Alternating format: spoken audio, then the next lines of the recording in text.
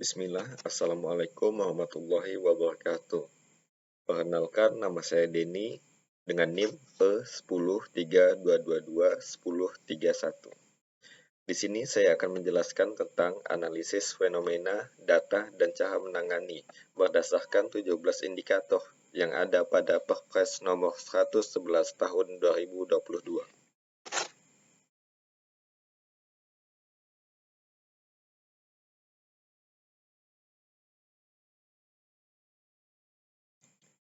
Perpres nomor 111 tahun 2022 tentang pelaksanaan pencapaian tujuan pembangunan berkelanjutan. Perpres ini mengatur mengenai penetapan ditetapkan sasaran tujuan pembangunan berkelanjutan (TPB) nasional tahun 2024 yang disusun dengan mengacu pada tujuan dan sasaran global TPB tahun 2023 dan sasaran nasional rencana pembangunan jangka nasional tahun 2020 sampai 2024. Indikator pertama, mengakhiri segala bentuk kemiskinan dimanapun. Dengan fenomena kerentanan dan kerawanan orang atau masyarakat untuk menjadi miskin. Dengan data, Provinsi Jawa Timur memiliki tingkat kemiskinan tertinggi ketiga dibandingkan dengan Pulau Jawa, seperti di Yogyakarta, Jawa Tengah, Jawa Barat, DKI Jakarta, dan Banten. Menurut data PBS Indonesia 2021, rata-rata angka kemiskinan di Jawa Timur dinyatakan berada di urutan ke-15 dari 34 provinsi di Indonesia.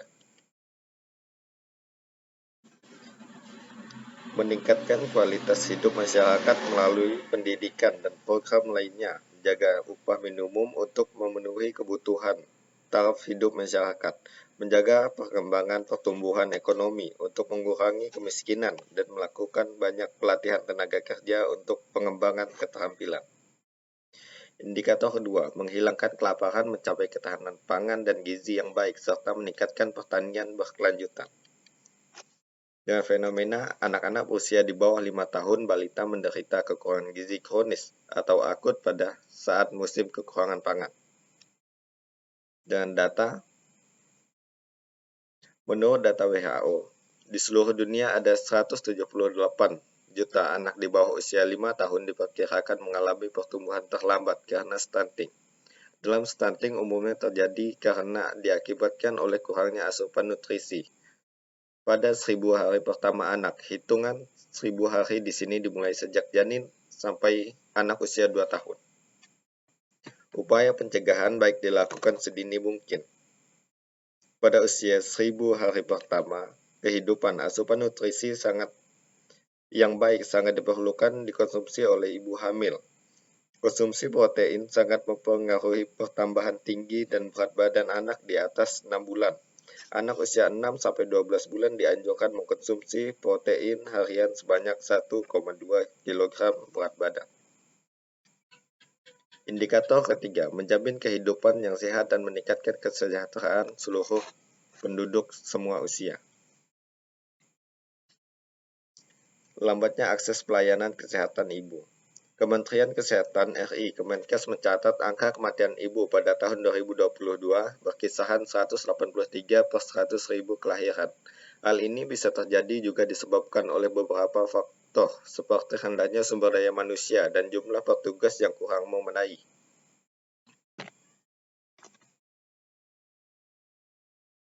Upaya pencegahan baik dilakukan sedini mungkin pada upaya yang dapat dilakukan seperti meningkatkan kualitas sumber daya manusia, petugas melalui pemberian kesempatan untuk melanjutkan pendidikannya, begitu ikut sertakan petugas dalam kegiatan pendidikan, pelatihan, serta memberikan petunjuk, pengarahan, dan bimbingan pada petugas dan memberikan semangat dan motivasi petugas. Indikator keempat, menjamin kualitas pendidikan yang inklusif dan merata serta meningkatkan kesempatan belajar sepanjang hayat untuk semua. Generasi muda sebagai agent of change yang membawa perubahan, dan generasi muda harus bisa menjadi agent of producer yang mampu menciptakan perubahan yang nyata. Kualitas pendidikan di Indonesia berada pada peringkat ke-64 dari 120 negara di seluruh dunia. Berdasarkan laporan tahunan UNESCO, dalam laporan tersebut program pembangunan PBB tahun 2015, Indonesia menempati posisi 110 dari 187 negara dalam Indeks Pembangunan Manusia (IPM) dengan angka 0,684. Upaya pemerintah dapat meningkatkan sarana dan prasarana pembelajaran, meningkatkan kualitas guru melalui program pelatihan dan pengembangan, serta meningkatkan pengawasan dan evaluasi pendidikan sudah berjalan sesuai standar atau belum. Indikator 5. Mencapai kesejahteraan gender dan memberdayakan perempuan. Diskriminasi berdasarkan gender masih terjadi pada seluruh aspek kehidupan. Menurut SIGI 2023, separuh populasi dunia atau 56% berpendapat bahwa jika seorang ibu bekerja untuk mendapatkan bayaran, maka anak-anaknya akan menderita. Perempuan seringkali diharapkan untuk melakukan sebagian besar pekerjaan rumah tangga dan perawatan tidak berbayar, sehingga membatasi waktu yang tersedia untuk pendidikan, pelatihan, dan pekerjaan berbayar. Pemerintah Indonesia berupaya mengurangi diskriminasi terhadap perempuan dengan meningkatkan akses pendidikan dan menciptakan lingkungan kerja yang adil, program beasiswa, dan kebijakan inklusif di tempat kerja diimplementasikan memastikan kesejahteraan gender. Semua ini bertujuan agar perempuan dapat berpartisipasi penuh dalam kehidupan sosial, ekonomi, dan politik negara. Indikator selanjutnya menjamin ketersediaan serta pengelolaan air bersih dan sanitasi yang berkelanjutan untuk semua. Kurangnya ketersediaan air bersih dan kurangnya sanitasi di berbagai daerah dapat pada penduduk dan ketika musim kemarau. Dengan data menurut laporan dari PBB, masih ada 2,2 miliar orang yang masih kesulitan mendapatkan akses air bersih yang aman pada tahun 2022. Selain itu, ada 3,4 miliar orang tidak mendapatkan sanitasi yang aman, dan ada 1,9 miliar orang tidak memiliki layanan kebersihan dasar pada tahun 2022. Pemerintah Indonesia telah melaksanakan berbagai program untuk mengatasi kekurangan sumber daya air bersih dan sanitasi yang layak. Ini termasuk pembangunan infrastruktur air bersih seperti sumur bor dan sistem distribusi air terutama di daerah-daerah yang terpencil atau kurang terlayani. Indikator selanjutnya, menjamin akses energi yang terjangkau, andal, berkelanjutan, dan modern untuk semua. Cara paling efektif untuk mengurangi kemiskinan dan meningkatkan kesejahteraan adalah dengan pembangunan ekonomi inklusif. Antara tahun 2010 dan 2012, kenaikan sebesar 4% secara global dalam penggunaan energi terbarukan yang modern. 3/4 disediakan oleh tenaga angin, matahari, dan air. Melalui kombinasi beberapa teknologi, efisien energi, desain bangunan yang baik, dan teknologi atap terbarukan yang baru, gedung zero net energi sudah bisa dibangun. Dalam banyak kasus, gedung-gedung tersebut menghasilkan tenaga matahari yang dialirkan ke dalam jaringan untuk dipakai. Indikator selanjutnya, meningkatkan pertumbuhan ekonomi yang inklusif dan berkelanjutan, kesempatan kerja yang produktif dan menyeluruh, serta pekerjaan yang layak untuk semua. Memiliki pekerjaan tidaklah menjamin kemampuan untuk keluar dari cengkraman kemiskinan.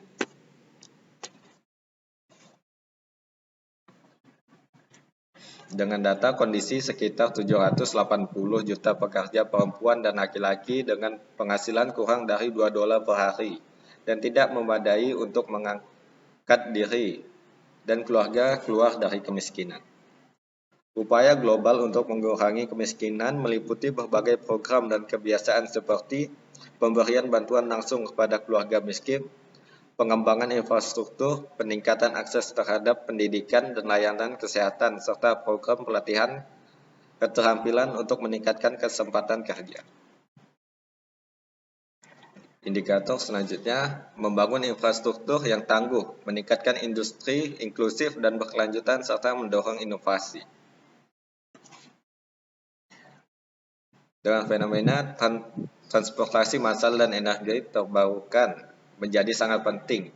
Begitu juga dengan pertumbuhan industri baru serta teknologi informasi dan komunikasi.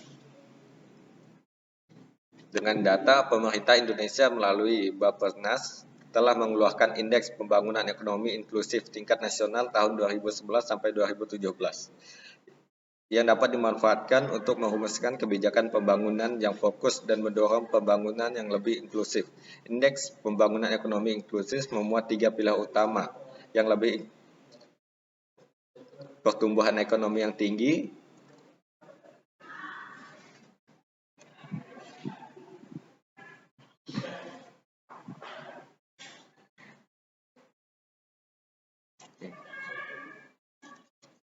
terus melalui 3 pilar utama, pertumbuhan ekonomi yang tinggi, pemerataan pendapatan, dan pengurangan kemiskinan dan perluasan akses kesempatan.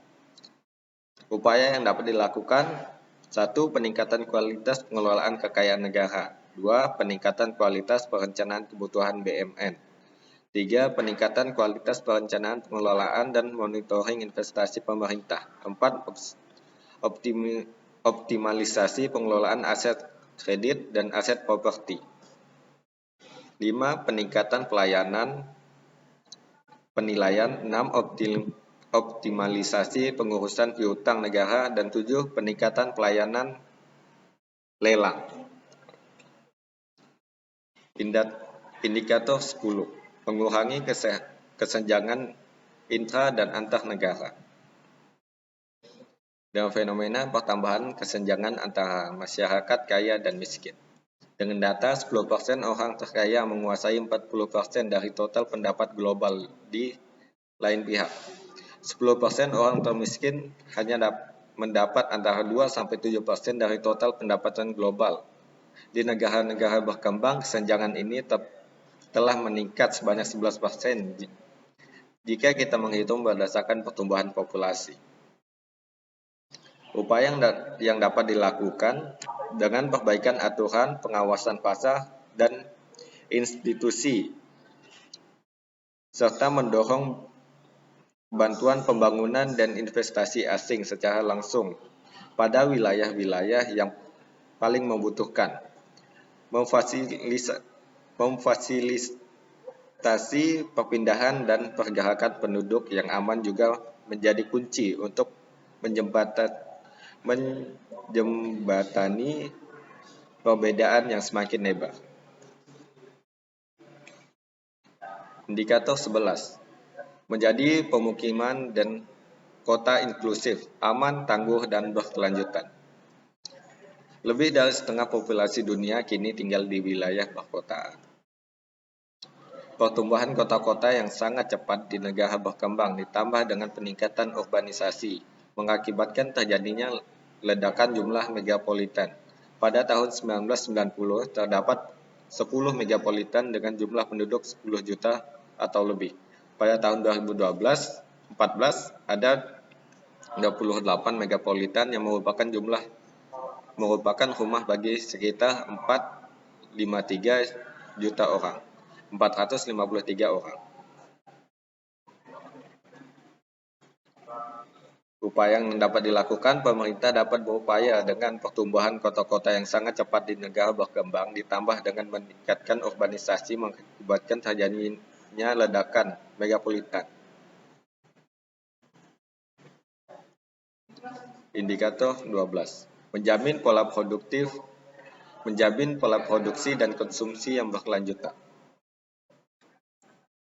Dengan fenomena mengurangi jejak ekologi dengan mengubah cara kita memproduksi dan mengkonsumsi makanan dan sumber daya lainnya, serta masih banyak penduduk dunia yang bahkan konsumsi kebutuhan dasarnya pun belum bisa dikatakan layak.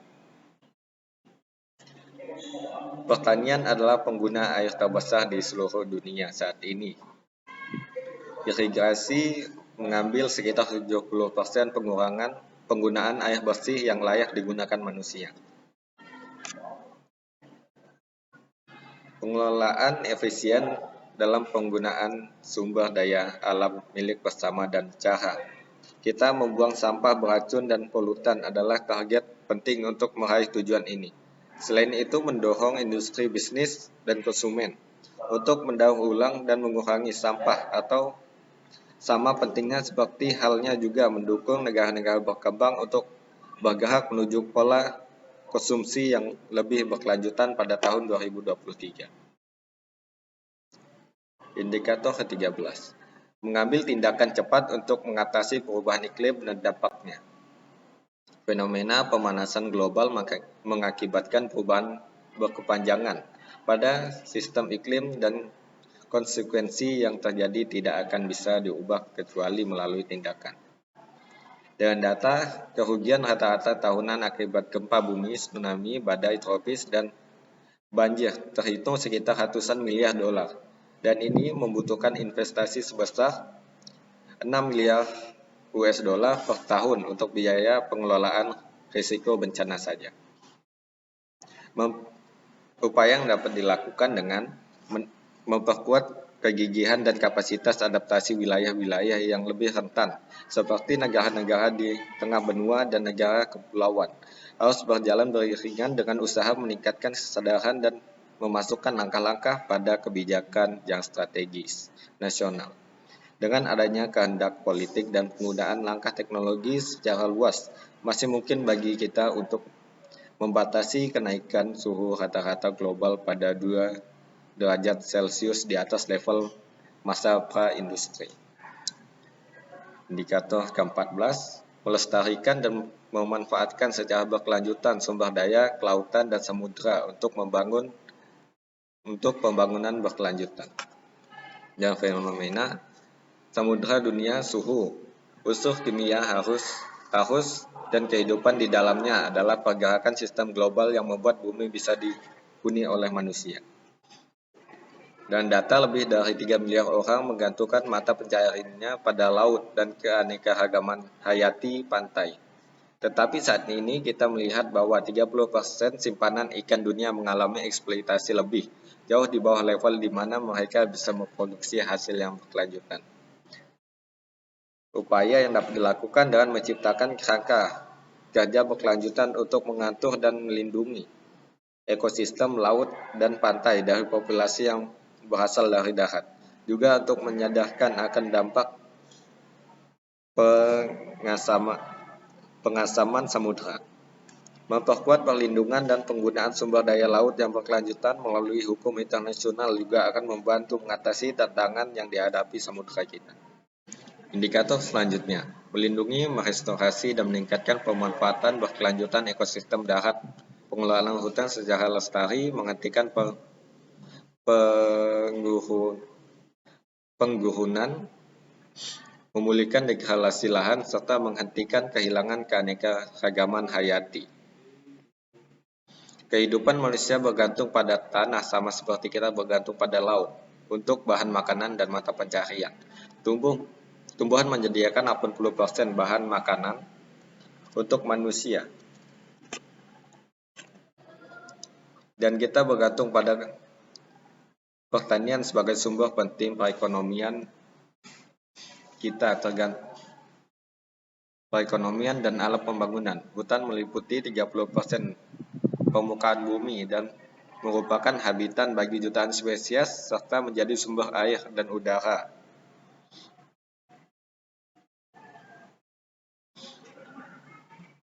Bersih dan juga sangat penting untuk melawan perubahan iklim.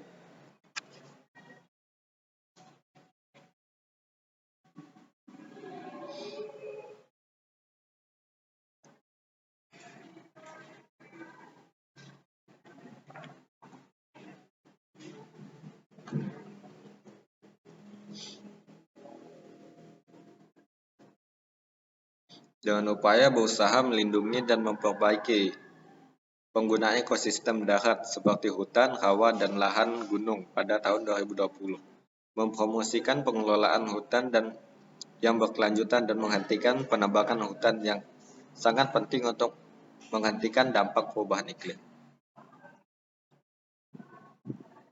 Indikator selanjutnya, menguatkan masyarakat yang inklusif dan damai untuk pembangunan berkelanjutan, menyediakan akses keadilan untuk semua, dan membangun kelembagaan yang efektif, akuntabel, dan inklusif di semua tingkatan. Dengan fenomena perdamaian, stabilitas, hak asasi manusia, dan pemerintahan efektif berdasarkan aturan hukum. Tingginya kekerasan bersenjata dan rasa tidak aman memiliki dampak merusak pada pembangunan negara, mempengaruhi pertumbuhan ekonomi, dan seringkali menimbulkan rasa dendam. Upaya yang dapat dilakukan berusaha mengurangi segala bentuk kekerasan secara signifikan dan bekerja dengan pemerintah dan komunitas untuk menemukan solusi jangka panjang menghadapi konflik dan rasa tidak aman, memperkuat aturan hukum, serta mempromosikan hak-hak asasi manusia. Indikator selanjutnya, menguatkan sarana pelaksanaan dan revitalisasi Kementerian Global untuk pembangunan berkelanjutan dan fenomena krisis kemanusiaan akibat konflik dan bencana alam. Meskipun bantuan pembangunan resmi dari negara-negara maju meningkatkan hingga 66% antara tahun 2000 sampai 2014, masih banyak konflik kemanusiaan yang terjadi dan menuntut bantuan lebih banyak lagi.